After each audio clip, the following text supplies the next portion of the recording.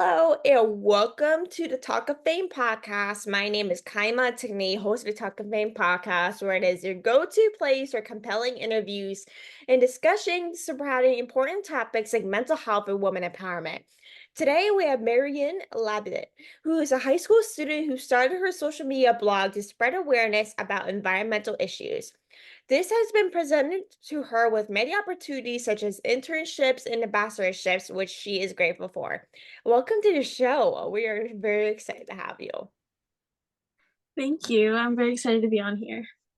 To kick off this episode, like how did you kind of become first interested in environmentalism? Is that is something that I know a lot of people don't often talk about. So I'm curious, like how did you kind of first find interest? So I kind of became interested at the start of quarantine or like during COVID. I think at that time I began seeing a lot of advertising for specifically like metal straws or reusable straws, and it caused me to start wondering like why they were so important. But other than that, I feel like there were so many more creators online that were pushing for the same purpose of like spreading awareness, and I wanted to do it too. Like who are like some influencers? I know this is a very hard question, but what are some influencers and everything that do the same thing as, environmentalism that kind of inspire you to keep pushing? A lot of people that I used to talk to when I first started my account don't really post anymore, but there's a bunch of businesses. I think it's called Legacy, and she does sustainable like swimwear. And she's somebody who really showed me that you can do so many more things other than just like recycling or like the basic stuff that you learn about.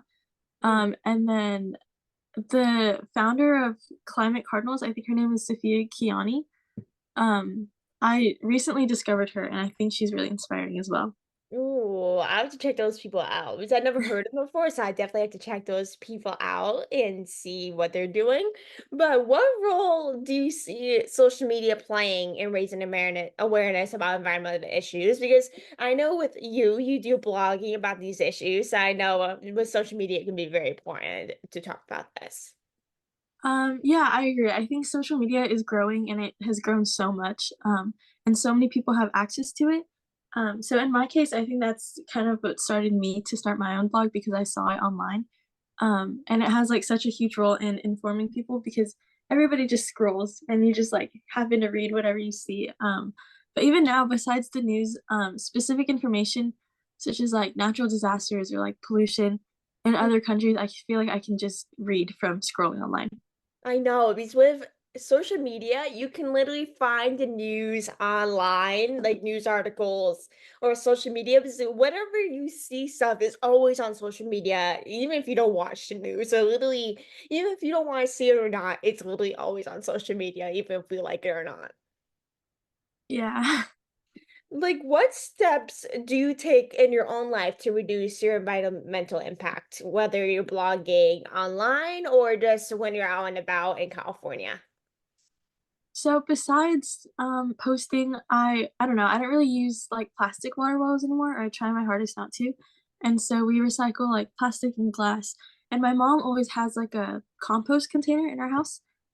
So we use that for like vegetables, scraps, or like eggshells. And something else that I do like in my own house would be plugging out appliances. So whether that be like the microwave or the coffee machine, if they're not in use, it helps to like plug them out. And then recycling old books or clothes or like finding a new home for them, I think that's super important as well. Are really good resources because of course with California, they are very like climative, like they're like more like hot than maybe some other states like Florida, Arizona, they're on the cusp of that. And with that, it can raise like very much changes in the environment, especially with climate change and everything. I know it's been tons of like topics around that over the recent years, but like doing those things can be so impactful, especially for the environment. Because of course, sometimes people get lazy, oftentimes just dump stuff on the ground. You know how it is. Yeah, they Yeah. get very much lazy, and we need less of that these days. Yes. Many young people feel passionate about causes, but not might not be unsure of where to start. Like, What advice would you kind of give to other students who want to take action on environmental issues? I would definitely say to start with educating yourself in any way that you can. There's so many like articles online and posts about environmental issues, whether that be like food waste or the clothing industry and so much more. So after gaining your own knowledge, I guess for students, I would definitely see if you could start your own environmental club because I did one a couple years ago. And if that isn't an option, I think turning to social media and creating your own content is a great way to get your word out there. But overall, try being sustainable in your own life and encourage others around you to do the same because even a small change can be great. Definitely. I know with a lot of schools, especially where I am in Pennsylvania, they offer environmental clubs, which is awesome. I was in a club or class or whatever it was 2 years ago, and it's crazy to see how what statistics are really in the environment right now.